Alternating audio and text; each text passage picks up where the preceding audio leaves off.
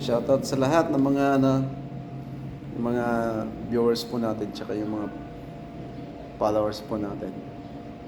Tsaka yung isang natin, sabi niya sa akin, ano ka ba, manghuhula ka ba? Expert ka ba o manghuhula? Tinatanong ako kung manghuhula. Sana sa driving kasi ng articulated vehicle. Hindi ka pwede rito manghula. Hindi ka pwede maging manghula dito. Dapat ang gagawin mo ay talagang alam mo. Kailangan naiintindihan mo kung bakit mo dinadrive yung isang articulated vehicle para maiwasan ang accident. Ngayon, i-share ko lang ngayon tag-ulan kasi. Meron kasi yung mga ibang mga driver pagka yung kumoy-koy yung kanilang truck sa ahon. Ang tawag nila ay nag-low power daw. Dalawang klase yung nabibitin yung ng truck. Pag sinabing low power, inapakan mo na yung accelerator, dinidinan mo, nakalogger ka, dinidinan mo pero ayaw nang humatak. Dalawang bagay yan, fuel supply o kaya yung clutch mo, manipis na, masusunog na siya. Ngayon yung pangalawa, yung paghinto, yung minsan yung kumukoy-koy, yung gulong, dumudulas. So sa truck kasi natin, meron tayong dalawang tinatawag dito, yung ito, di ba ito, double differential to. Double differential. So pagka double differential yung yung sasakyan mo. Meron na kahit anong sasakyan naman apply ito yung tinatawag natin na slip differential. Pagka lumiliko yung sasakyan natin, di ba ito, pag lumiko ito ng pag lumiko ito ng pakanan, so yung gumagana na lang itong isang peraso na lang to yung sa kaliwa.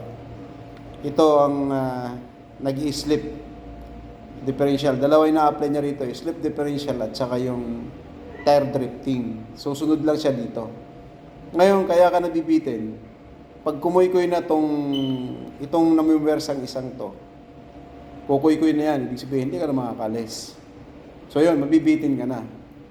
Kasi once na binago mo yung direksyon ng gulong mo, di ba, maahong ka, nakadiretso yan, sabay sila kakapit.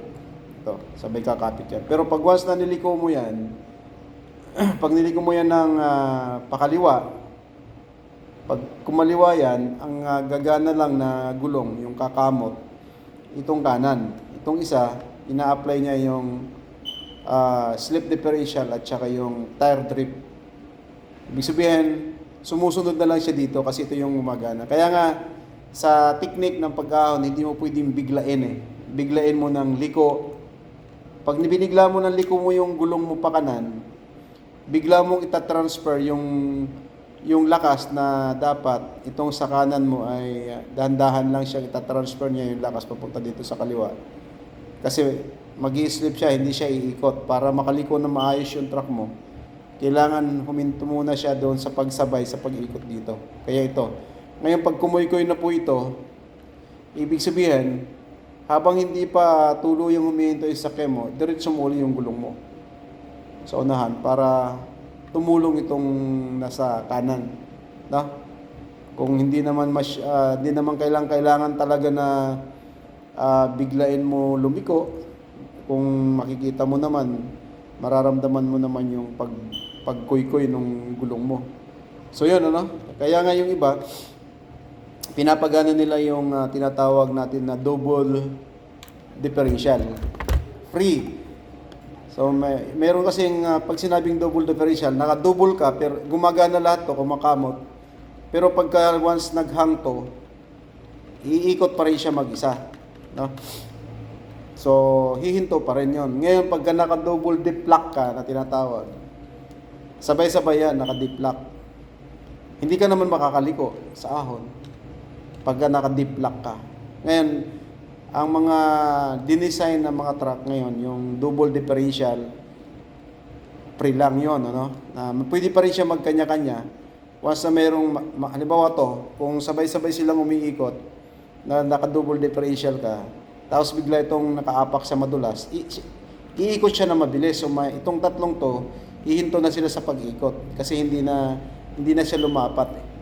So mabibitin ka rin. Ngayon, pag naka-double dip lock ka, kung ano ang ikot ng isa, yun din ang ikot ng iba. Kahit ka lumiko, hindi ka makakaliko kasi nagkukontrahan siya. Ang deep lock, advisable lang siya sa mga balahuan at saka yung madulas na diretso yung daan. Pero kung mga pakurbada, ang gagamitin mo lang doon ay double differential. Magkaiba ho ang terminology, mga kaibigan, ang double differential at saka yung double differential at double deep lock na tinatawag. Ibig sabihin, pag naka-deep lock, ibig sabihin, sabay-sabay na yan. Yung apat na yan na gulong, iikot yan. Lahat yon sabay-sabay. Kaya kahit iliko mo yung monobila, hindi naliliko yan. Nasasadsad lang yung gulong mo. Hindi kagaya doon ng double differential free, na ibig sabihin, mayroon silang malaya rin na umikot sila ng kanya-kanya pag mayroon time na dumudulas. So, ngayong panahon ng tagulan, so sana magamit nyo ito, no, na mga driving technique sa ahon tsaka sa mga balahuan.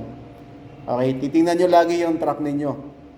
Makikita nyo yan sa manual kung meron siyang double differential at meron siyang double deep lock na tinatawag. So, yun lang. Maraming salamat sa inyo. God bless us all.